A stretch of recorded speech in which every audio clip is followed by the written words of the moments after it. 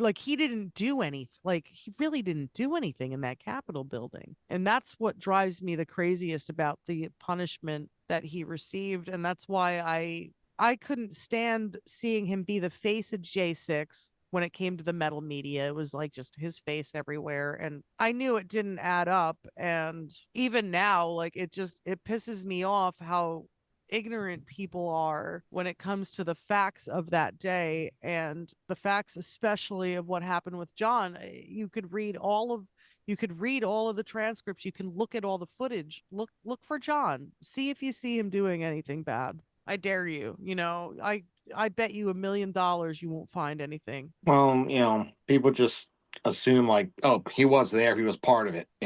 You got to look at each individual person on that day. You can't just make someone guilty just because they were there that day. Yeah, they love plastering that picture of him pointing his finger like that somehow implicated him in being this horrific person who caused great violence. It's like he had an angry face and pointed a finger. That's not, hitting the officers with, any of that bullshit that went down or whatever. In fact, he pulled people out of the way who were going to attack officers. So in reality, he really is doing the opposite of what the media had portrayed him as doing. He didn't attack anyone. He was actually generally trying to prevent violence from going down. Said it. You basically said it perfect. And I know I jumped on for almost the same thing last time, but that's what really drives me the most crazy. It's like I saw a helpful person get used as like the scapegoat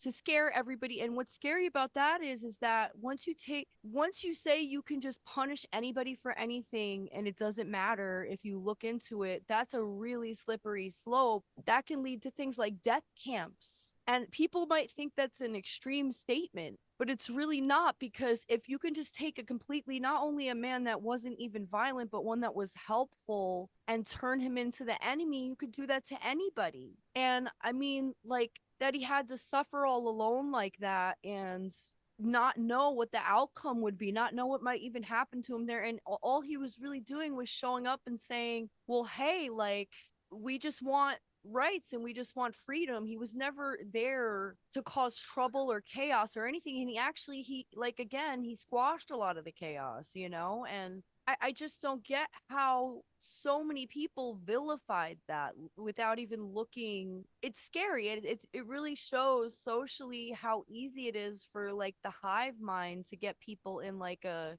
tizzy or a tangent, like when they would show those mobs on South Park, like rubble, rubble, rubble, and it's just like nobody even knows what's actually going on. And I think to me, that's probably one of the most scary parts, because John represents the potential for that to happen to anybody. And and I think that's why it was so important that Rose and other people stood behind him, because you need to make that message of like, no, we're not going to just put up with stuff like that. What are we, like, kids in second grade with a bad teacher getting punished for no reason? Like, what are we going to do? But it's like the punishment isn't like time out, it's jail for life, losing your potential whole lifeline. It's wrong, especially when part of the laws are your right to peacefully protest. And the fact that there's so many pieces of footage of those guards peacefully and voluntarily letting everybody in, like they were giving some kind of a museum tour. Like, who wouldn't have walked in like, hey, okay, I get to see the White House? No, it wasn't like they went in there like with like pitchforks and you know what I mean, like fire burning the place. I mean, maybe some people, but definitely not the group he was with or what he was doing. And that's the thing. Like, I just don't get it. Anyway, that's really, I don't want to like repeat myself too much, but it really does. It scares me that people can jump to conclusions that quickly, and then they'll back up the government when the government's lying, you know what I mean? Like, or whoever it is, blindly. Like, one day they could be cheering on the government to put a noose on their own mother, these types of people, these types of mentality. And then they have the nerve to come and attack us and call us monsters. And, it's scary. And I don't know, I'm sorry. I really want to say that. No, you good. No, it's fine. It's fine. No, that's great. Like, we needed that.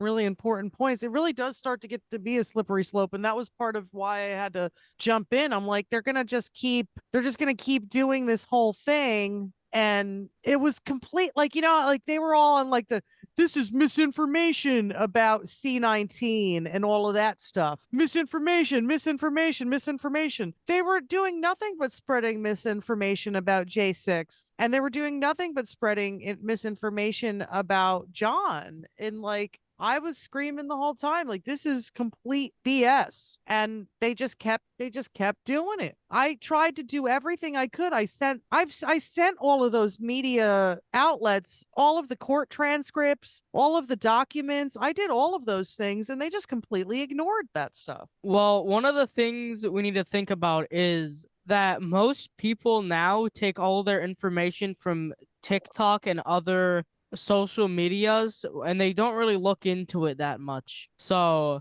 that's why a lot of this stuff is happening.